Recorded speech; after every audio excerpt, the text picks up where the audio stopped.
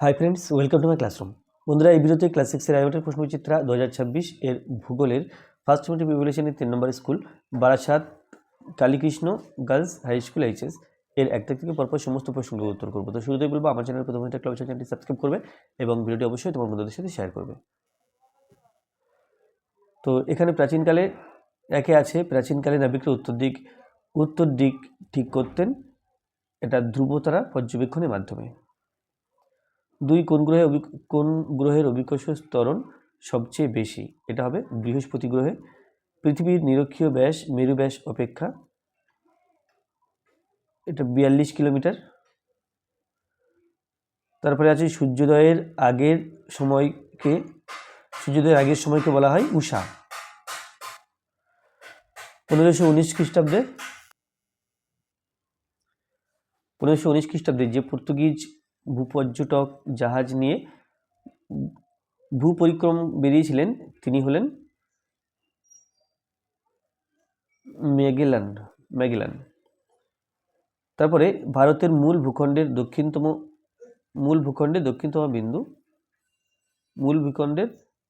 বিন্দুকে বলা হয় কন্যাকুমারিকা।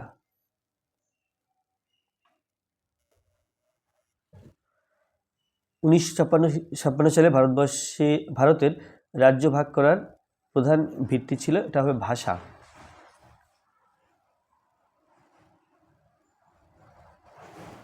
তারপরে ভারতের বৃহত্তম রাজ্য রাজস্থান।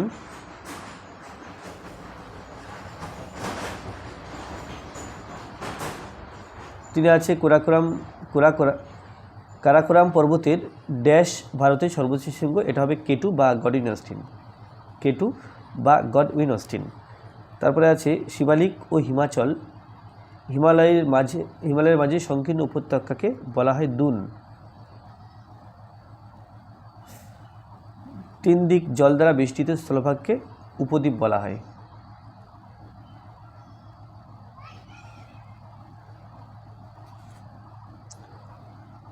তারপর আছে নিচের যে কোনো দুটি প্রশ্নের উত্তর দাও। ভারতের 2টি রাজ্যের নাম লেখো যার মধ্যে কর্কট ক্রান্তি রেখা বিস্তৃত। তাহলে এটা হবে পশ্চিমবঙ্গ ও গুজরাট। তারপরে আছে গিরিপথ কাকে বলে, উদাহরণ দাও। গিরিপথ এখানে লেখা আছে, 2টি পর্বতের বা গিরির মাঝে প্রাকৃতিকভাবে তৈরি হওয়া সংকীর্ণ পথকে গিরিপথ বলে। উদাহরণ, জম্মু ও শ্রীনগরের মধ্যে বানিহাল গিরিপথ, শ্রীনগর ও লেহ এর মধ্যে জজিলা গিরিপথ, সিকিম ও তিব্বতের মধ্যে নাথুলা গিরিপথ প্রভৃতি।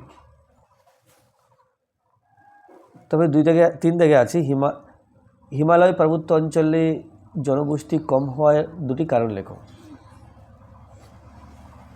তাহলে হিমালয় পার্বত্য অঞ্চলে জনগোষ্ঠী কম হওয়ার 2টি কারণ হলো, হিমালয় পার্বত্য অঞ্চলে অসমতল হওয়ায় যাতায়াত ব্যবস্থা ভালো নয়, এছাড়া প্রচণ্ড ঠান্ডার জন্য বেঁচে থাকা খুব কষ্টকর, পাথুরে মাটির জন্য চাষবাস ভালো হয় না, ফলে এখানে মানুষের বসবাস তুলনামূলকভাবে কম।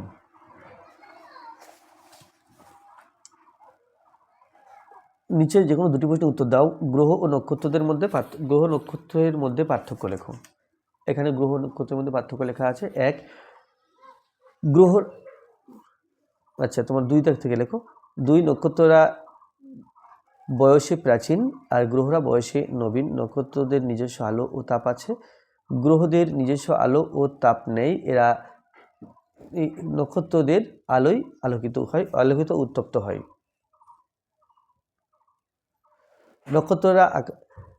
নক্ষত্ররা আকাশে মিটমিট করে জ্বলে আর গ্রহদের আলো স্থির। নক্ষত্রদের পরস্পরের দূরত্ব সবসময় একই থাকে। গ্রহরা নক্ষত্রদের পরিক্রম করে বলে গ্রহদের নিজেদের মধ্যেকার দূরত্ব হ্রাস বৃদ্ধি ঘটে। নক্ষত্র জ্বলন্ত গ্যাসীয় পিণ্ড, গ্রহ কঠিন বস্তু।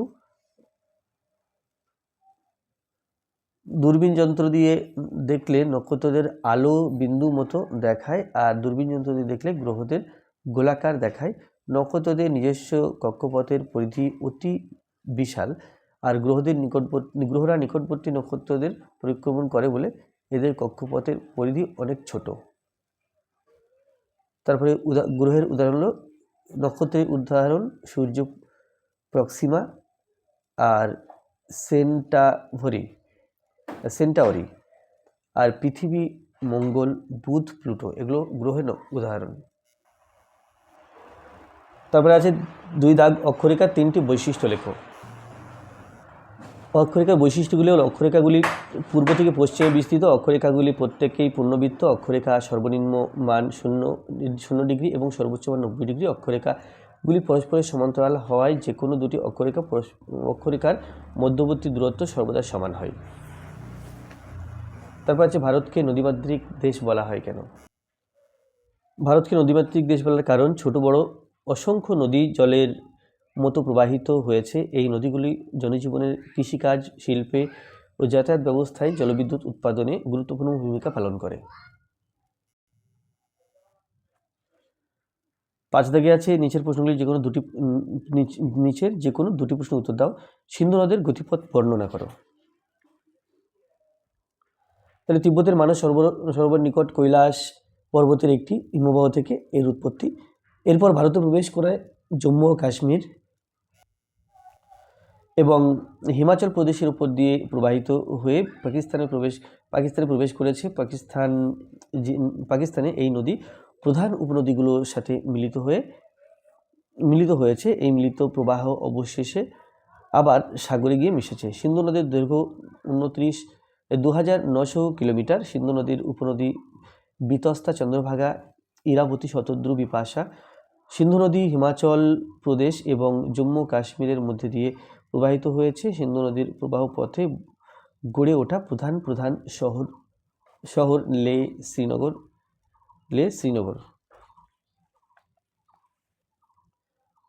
আচ্ছা, তারপর আছে ভারতের ভূপ্রাকৃতিক বিভাগ করে যে কোনো একটি বিভাগের বর্ণনা করো।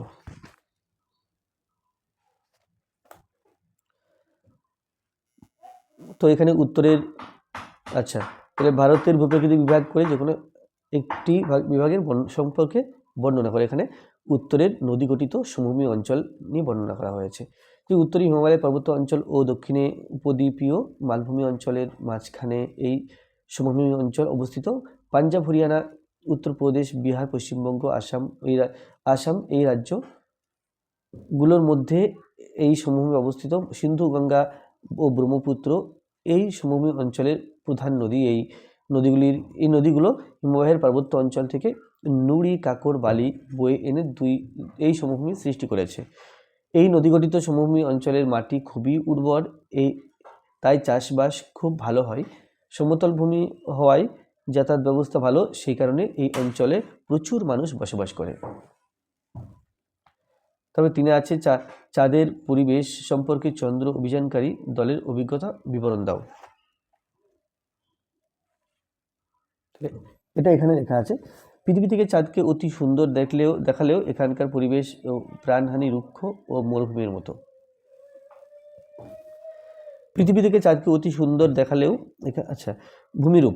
চাঁদের ভূমিরূপ অত্যন্ত রুক্ষ প্রকৃতি। চন্দ্রপৃষ্ঠে রয়েছে পুরু ধুলোর স্তর এবং তার উপর ছড়িয়ে রয়েছে ছোট বড় নানা পাথরের টুকরো। চন্দ্রপৃষ্ঠে অসংখ্য ছোট ছোট গর্ত, আবার বড় গর্ত, খাদ ও পাহাড় লক্ষণীয়। চাঁদের পৃষ্ঠদেশে নিম্নলিখিত উপাদানগুলি সমন্বয়ে গঠিত হয়েছে, যথা সিলিকন, অ্যালুমিনিয়াম পোড়া চুন, তারপরে আয়রনের oxide, magnesium oxide, titanium oxide, sodium oxide. পৃথিবীর অভিকর্ষজ শক্তির মান 6 ভাগের 1 ভাগ হলো চাঁদের অভিকর্ষজ শক্তি, তাই একজন মানুষের ওজন এখানে 6 গুণ কমে যায়। তারপরে চাঁদের দিনের উষ্ণতা খুব বেশি, প্রায় 117 ডিগ্রি সেন্টিগ্রেড, আবার রাতের উষ্ণতা খুবই কম, প্রায় -150 ডিগ্রি সেন্টিগ্রেড। এর নিচে নেমে যায়। বায়ুশূন্য বলে চাঁদের কোনো শব্দ শোনা যায় না। কথা শোনার জন্য বেতার তরঙ্গের প্রয়োজন হয়। চাঁদে বায়ুমণ্ডল নেই এবং চারিদিকে ধূসর বর্ণের ধূলিকণা আবৃত। চন্দ্রপৃষ্ঠে আছে বড় বড় গর্ত, যেগুলি সূর্যের যেগুলিতে সূর্যের আলো পৌঁছাতে পারে না এবং যার ফলে পৃথিবী থেকে এগুলি চাঁদের গায়ে দাগ মতো মনে হয়, এদের চন্দ্রকলঙ্ক বলে। বায়ুমণ্ডল ও জলের অভাবে চাঁদ প্রাণহীন অবস্থায় রয়েছে। তাহলে এটাই লাস্ট প্রশ্ন ছিল। তো আজকে ভিডিওটি এই পর্যন্ত। ভিডিওটি ভালো লাগলে অবশ্যই লাইক করবে, কোনো প্রশ্ন থাকলে কমেন্টে জানাবে, আর আমার চ্যানেল প্রথমে দেখলে চ্যানেলটি সাবস্ক্রাইব করবে এবং ভিডিওটি অবশ্যই তোমার বন্ধুদের সাথে শেয়ার করবে। ধন্যবাদ।